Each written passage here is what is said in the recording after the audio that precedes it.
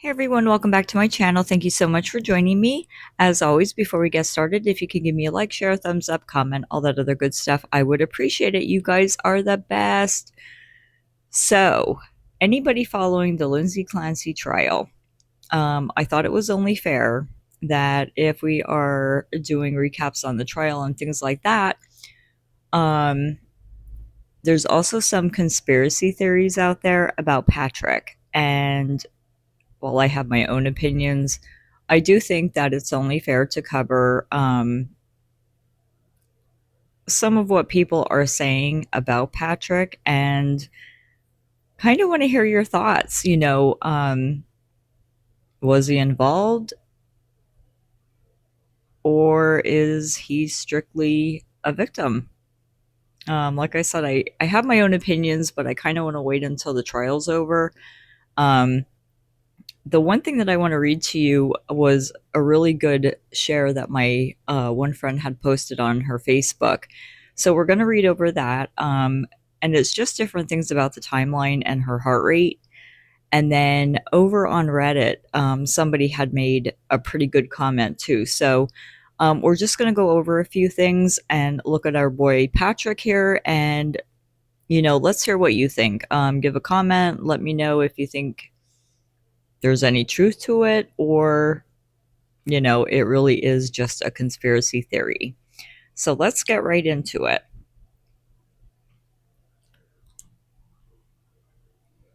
So it says, here we go. It seems the prosecution is trying to convince the jury that Lindsay was getting better. No psychosis, no postpartum. That she just murdered her children and tried to take her own life. That insanity, mental health defect cannot be used in this trial.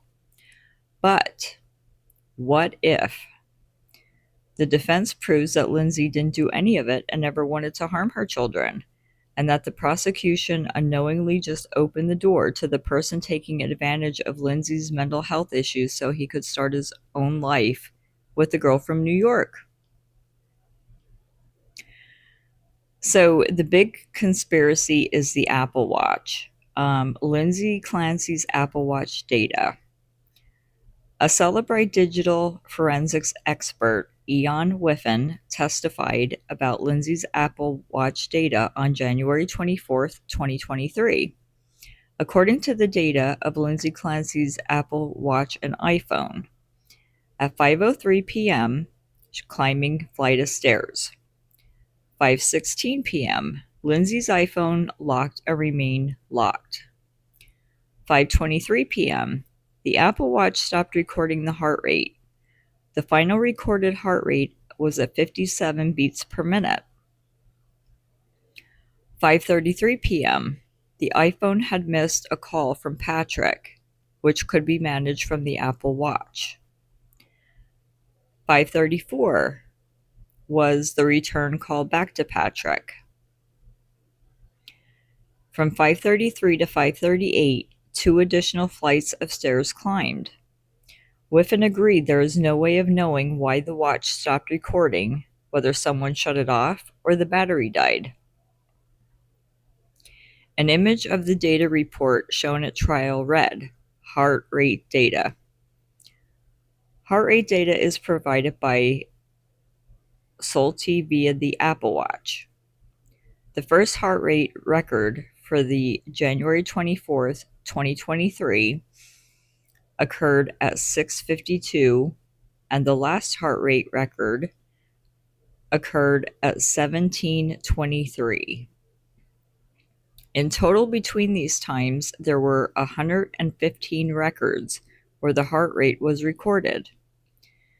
Throughout this time, the average heart rate was recorded as around 90 beats per minute, but with several notable fluctuations. The neighbor calling his dad at 5:50 p.m. stating, quote unquote, "Dad, our neighbor is laying on the ground in the snow." Meanwhile, Patrick's laptop being used to send the email at 5:24 p.m. at home. Him stating he left at 5:15, which we know isn't the case because of the email sent. Then the CVS video showing him entering the store at 5:32 p.m., then leaving with the store with Pedialyte's product. He said they only had the in-store brand. His reason for needing to call Lindsay from the store, him stating she answered. But the prosecutor corrected him on the stand. She answered? He quickly corrected himself. No, I mean she didn't answer. She called me back. He told the jury she was quiet and sounded busy and that she must have been bathing the kids. His 911 call shows she couldn't speak. He actually asked her where the kids were, but she couldn't respond. But he tells the court that she told him, the kids are in the basement and I tried to kill myself. Her core body temp was 82 degrees and she was tachycardic. She had burst fracture of C1 and C4, transverse fractures of ribs and spine, unable to breathe on her own. She was transported by med flight, needed immediate intervention from a better hospital. Her blood pressure dropped and needed 2 rounds of CPR, plastic tubes on both sides, 300 cc's of blood. Sorry, I read that wrong. Plastic tubes on both sides, 300 cc's of blood came out both sides. Esophagus and trachea, fracture of spinal cord. Above C3 to C1, remove the body's ability to breathe on your own. Meanwhile, he's telling the court that she spoke to him intelligibly. So which is true? And is this one of those situations where both can be true? That maybe she was talking but then started to decline, or did she just not tell him that? Good question. The blood splatter and smudges on side of the house shows she was head and neck burst and probably unconscious because of the dead weight from her fall. Her arms would have been broken if she was awake to break the fall. Yet arms and legs were fine, and her head was closest to the house as if she tumbled onto her back when her head and neck hit.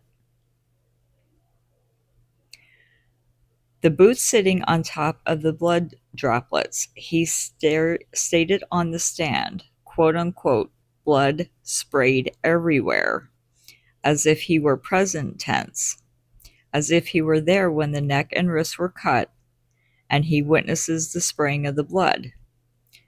Who says blood sprayed everywhere when they supposedly walked into a room of blood drops? Double doses of crushed Seroquel will render someone under her weight. I'm guessing she weighed under 120 pounds, unconscious or semi-conscious. And this is actually on Google. The info is out there about Seroquel.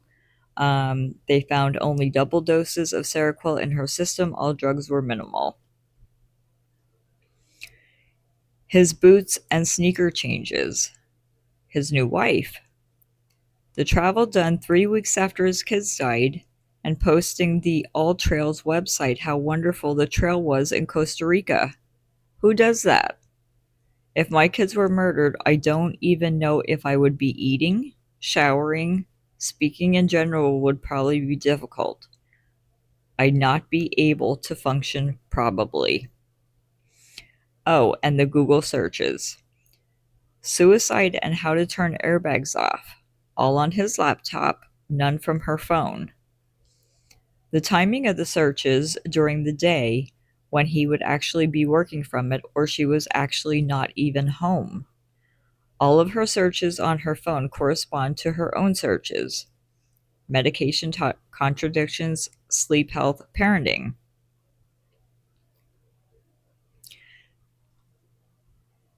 So if you go on to Google, which this person did, and this is pretty good information. So the normal resting heart rate for a 30-year-old woman is 60 to 100 beats per minute. However, according to the clinical data from the institutions like Cleveland Clinic, the average resting heart rate, specifically for adult women, tends to sit around 78 to 79 beats per minute. This is slightly higher than men's averages because women generally have smaller hearts that must pump faster to deliver the same amount of blood. A normal heart rate for a 30-year-old woman walking up a single flight of steps typically ranges from 100 to 140 beats per minute. Because climbing stairs forces your body to lift its entire weight vertically, it acts as a brief burst of vigorous cardiovascular exercise, causing a rapid but temporary spike in your pulse. Your exact number within this range depends on several everyday variables. A normal sleeping heart rate for a 30-year-old woman typically ranges from 40 to 60 beats per minute. According to the guidelines from the Sleep Foundation, your heart rate naturally drops by about 20 to 30% below your daytime resting baseline when you sleep. This drop happens because your body transitions into deep state of rest and recovery, allowing your parasympathetic nervous system to take over and slow things down. A Seroquel blood concentration of 1,800 nanograms per milliliter is significantly above the standard therapeutic range and can render an individual unconscious. This level indicates a severe toxicity that requires immediate emergency medical attention. Therapeutic versus toxic ranges.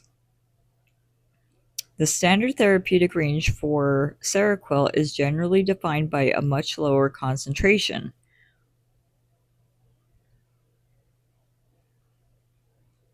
And it says it makes complete psychological sense for an unconscious person to have a heart rate of 57 beats per minute, depending on what causes them to lose consciousness.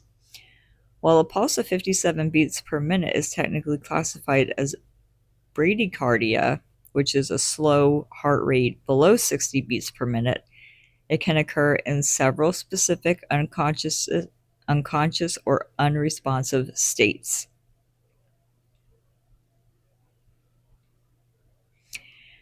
And then the question was posed, how long would it take crushed Seroquel at that dose mentioned, which was the 1,800 nanograms,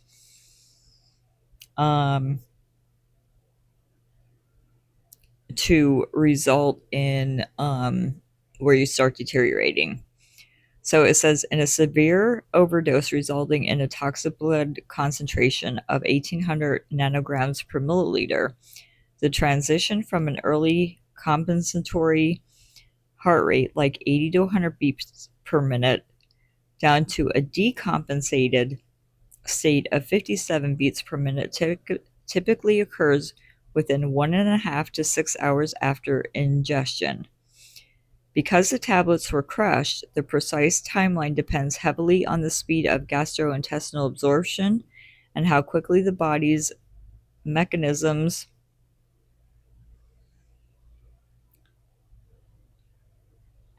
can go from severe drowsiness into complete unconsciousness. At this stage, the brainstem begins losing its ability to fight the dropping blood pressure, and the early fast rate begins to falter. 3 to 6 hours, decompensation to 57 beats per minute. By this window, secondary systematic failures set in. The brain's regulatory signaling slows down, body temperature drops, which is hypothermia, and breathing becomes very shallow, which is respiratory depression. This combination of a dropping metabolic rate and oxygen deprivation starves the heart muscle itself, forcing the pulse to drop down into a slow, weak 57 beats per minute. So that was a rundown from Google, and they just took bits and pieces from Google. That's why I was a little bit confused there, because it went from like one topic into another and kind of didn't finish. But that's a good a lesson, I think, in your heart rate and how it can change, and how it goes back and how it can drop and all that other good stuff. The other thing that I wanted to go over just very quickly, on Reddit, and this is the theory about Patrick Clancy. Um, and this is just a comment that was on there. And again, you got to take it with a grain of salt and use your own judgment. So this person says, "No, I don't think he killed anyone, but has anyone noticed that he is coming off worse and worse as the facts are unraveled? There was a definite power imbalance. All the hobbies and expensive toys are his. He controlled the money. He insisted that he insisted that she wanted to go back to work when she clearly did not. He took away the help and nanny when she did not want to go back to work. He told his friends all her problems and that she was an addict. Meanwhile, he put down SAHM and tried to dictate Lindsay's care, saying, quote unquote, she is not bipolar. We want the McLean's bed that was reserved for her before. Her problems all stemmed from the meds. She needs more Valium." He seemed ashamed of his wife's psych diagnosis and didn't want to waste a day waiting in the ED for a bed. He appears to be extremely controlling, narcissistic. I mean, who else would take up with another woman only a few months after his wife kills the kids? Only someone with issues does that. It seems like killings were desperate revenge, lashing out at Patrick. I wonder what life was really like in that household. Still is in psychosis. She should still go to jail, but at least it makes things understandable. And then just a few things of what was said underneath that. I think Lindsay was always high strung, anxious, and Patrick initially wrote off her initial mental illness as her personality. I truly think she wasn't entirely well, starting with her second born. As she got worse, I think he ignored the elephant in the room until he couldn't anymore, but was clearly not a fan of medications. I also think he is not being completely forthcoming about her behavior and the severity of her illness due to his civil suit. And then under that, someone said, I agree, but think it started after Cora. She called the cops on him for not responding quickly enough while she was at work. That is not normal new mom behavior. That should have been treated before continuing to add to their family. And then someone commented from that one, and it said, based off of what Patrick said in the article, she was at work and saw Cora crying on the monitor. She made several calls to Patrick, who wasn't answering. He slept through the calls. And without a response, and seeing her baby crying and not be attended to while she was at work, she called the police to do a wellness check. Maybe overboard, but also maybe just in mom mode that can't be inactivated. And let's not forget that she was a labor and delivery nurse. So she knew what to look for. And, I'm sure that she was that cautious mom. And of course, being a new mom herself, she saw what her patients went through. So that part really doesn't surprise me. But I just wanted to go over some of the theories. And like I said, I feel that if we have to cover one side, we should probably cover all sides. Is it conspiracy? Yes, he was never charged with anything. He was never looked at by police or anything like that as a suspect. And I want to make that very, very clear. But what do you think? Was he involved, or is he 100% true victim? Let me know your thoughts. And like I said, I'll get my thoughts out there once the trial is over and I hear all the defense's side and come up with a thought or my own opinion. So, all right, guys, let me know your thoughts and we will talk soon. Thanks for joining me. Bye.